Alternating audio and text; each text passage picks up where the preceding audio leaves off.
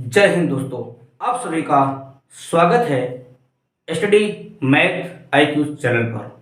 दोस्तों, आज इस इंडियन आर्मी के साइंस क्लास में हम देखेंगे अनुप्रस्थ तरंग क्या होता है, अनुदैर्ध्य तरंग क्या होता है, यांत्रिक तरंग क्या होता है, विद्युत चुंबकीय तरंग क्या होता है।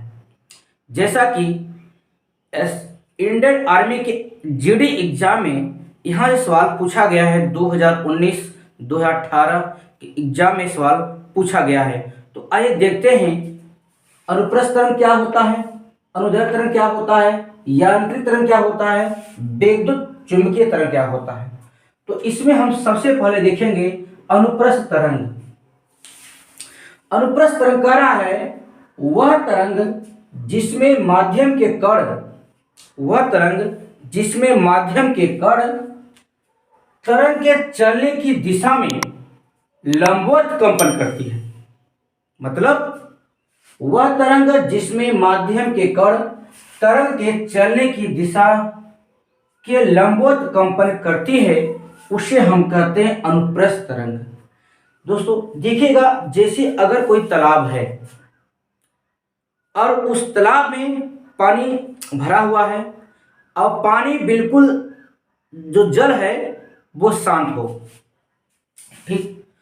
अगर जल बिल्कुल शांत होगा, ये मान लीजिए आपका जल है, ये पूरी तरह से शांत है, ठीक। तो अगर इस पर हम कंकड़ का एक टुकड़ा फेंकेंगे इस तालाब में, तो ये जो जल का जो असर होगा वो ये इस तरीके से कार्य करेगा, ठीक, इस तरीके से कार्य करेगा। तो उसी को कहते हैं क्या, अनुप्रस्थ तरंग कहते हैं। ऊपर उठने वाली अवस्था को स्रंग कहते हैं और नीचे गिरने वाली अवस्था को गर्त कहते हैं, ठीक। तो प्रश्न में एग्जाम में पूछता है किस तरंग में श्रृंग गर्त और गर्त तरंग होता है, तो उसका नाम है अनुप्रस्थ तरंग, ठीक। तो आइए इसका एग्जाम्पल देखते हैं। एग्जाम्पल करा है रस्सी को झटकने पर उत्पन्न तरंग।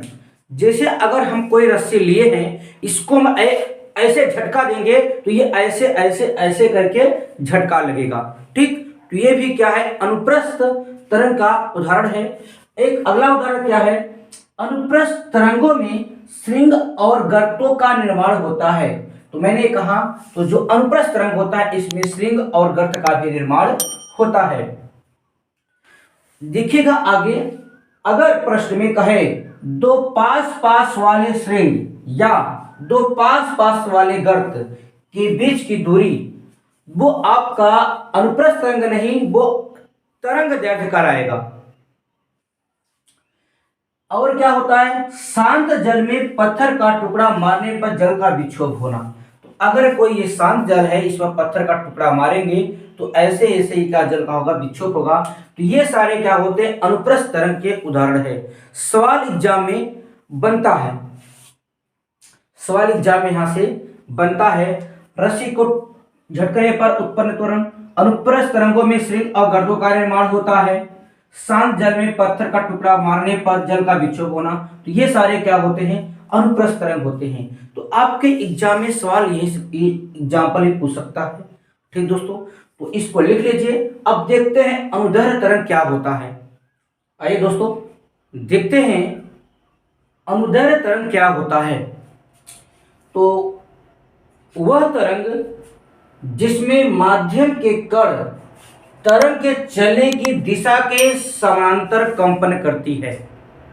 मतलब वह तरंग जिसमें माध्यम के कण तरंग के चलने की दिशा के समांतर कंपन करती है वो कहलाता है अनुदैर्ध्य तरंग, और जो लंबवत कंपन करती है वो कहलाता है आपका अनुप्रस्थ तरंग।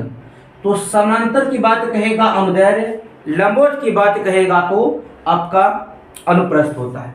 तो इसका मतलब यह है, तो देखिएगा जो अनुदैर्ध्य तरंग होता है, जैसे ये हुआ, ठीक, और फिर हल्का सा ये ऐसे हुआ, फिर ये ऐसे हुआ, फिर ये ऐसे हुआ, फिर ये आपका ऐसे हुआ, फिर आपका ये ऐसे हुआ, फिर आपका ये ऐसे हुआ। तो जो ये तरंग होती है इसको हम कहते हैं अनुदैर्घ्य तरंग है। जैसे स्प्रिंग तरंग, ध्वनि तरंग। अनुदैर्घ्य तरंग में संपीड़न तथा विरल का निर्माण होता है। संपीड़न तथा विरल का निर्माण होता है। संपीड़न का मतलब ये और विरल का मतलब ये। संपीड़न विरल, संपीड़न विरल, संपीड़न विरल, संपीड़न विरल, संपीड़न, फिर ये विरल, फिर संपीड़न, फिर विरल। ठीक, तो ये क्या होता है इस अनुदैर्घ्य तरंग में? ये होता है हवा का चलना। हवा का चलना भी आपका अनुदैर्घ्य तरंग होता है। हवा का चलना, हवा का चलना भी आपका अनुदैर्घ्य तरंग होता है। तो हमारे इंडियन आर्मी के एग्जाम में जो सवाल पूछा गया है वो पूछा है ध्वनि तरंग कैसी तरंग है? तो वो अनुदैर्घ्य तरंग है। स्प्रिंग तरंग अनुदैर्घ्य तरंग है। ठीक दोस्तों, इसको नोट कर लीजिए। अब देखते हैं कि यांत्रिक तरंग क्या होती है। दोस्तों तो आइए देखते हैं यांत्रिक तरंग क्या है। यांत्रिक तरंग तीन प्रकार का होता है। एक होता है आपका श्रव्य तरंग होता है, एक होता है आपका अवश्रव्य तरंग होता है, एक होता है आपका पराश्रव्य तरंग। तो इसमें श्रव्य तरंग क्या होता है इसको देखिएगा। जिन यांत्रिक तरंग की आवृत्ति 20 हर्ट्ज से 20,000 हर्ट्ज तक होता है उसे श्रव्य तरंग कहते हैं। और इस तरंग को मनुष्य आसानी के साथ सुन सकता है, उसे श्रव्य तरंग कहते हैं। एग्जाम पूछता है किस तरंग को मनुष्य आसानी से सुन सकता है, उसे कहते हैं श्रव्य तरंग। अवश्रव्य तरंग क्या होता है? जिन यांत्रिक तरंगों की आवृत्ति 20 हर्ट्ज से कम होती है वह अवश्रव्य तरंग कहलाती है। और इस तरंग को कछुआ, सांप, बिल्ली, कुत्ता, भूकंप।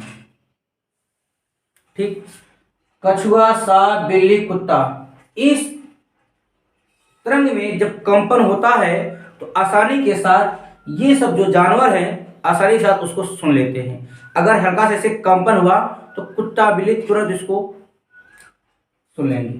तो पराश्रव्य तरंग क्या होता देखिएगा। जिन यांत्रिक तरंगों की आवृत्ति 20,000 हर्ट्ज से अधिक होती है उन्हें पराश्रव्य तरंग कहते हैं। जैसे चिकित्सा में पराश्रव्य तरंगों का प्रयोग होता है। सोनार में पराश्रव्य तरंगों का प्रयोग होता है। किसी भी वस्तु को संकेत भेजने में पराश्रव्य तरंग का प्रयोग होता है।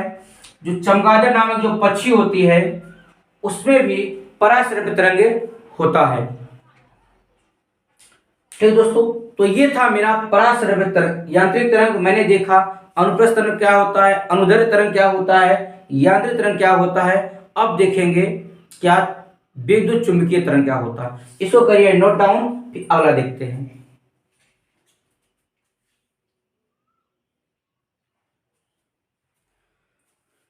ठीक दोस्तों, तो आइए देखते हैं विद्युत चुंबकीय तरंग क्या है। यह कह रहा है वैसी तरंग जिनके संचरण के लिए भौतिक माध्यम की आवश्यकता नहीं होती उसे विद्युत चुंबकीय तरंग कहते हैं। वैसी तरंग जिनके संचरण के लिए, चलने के लिए भौतिक माध्यम की आवश्यकता नहीं होती उसे हम कहते हैं विद्युत चुंबकीय तरंग।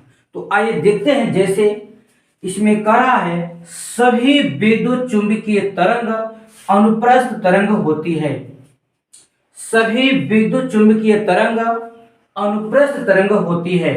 तो इसका मतलब है गामा किरणें, एक्स किरणें, परावैंगनी किरणें, औरत किरणें, सूक्ष्म तरंग किरणें, रेडियो तरंगें, दिव्य प्रकाश।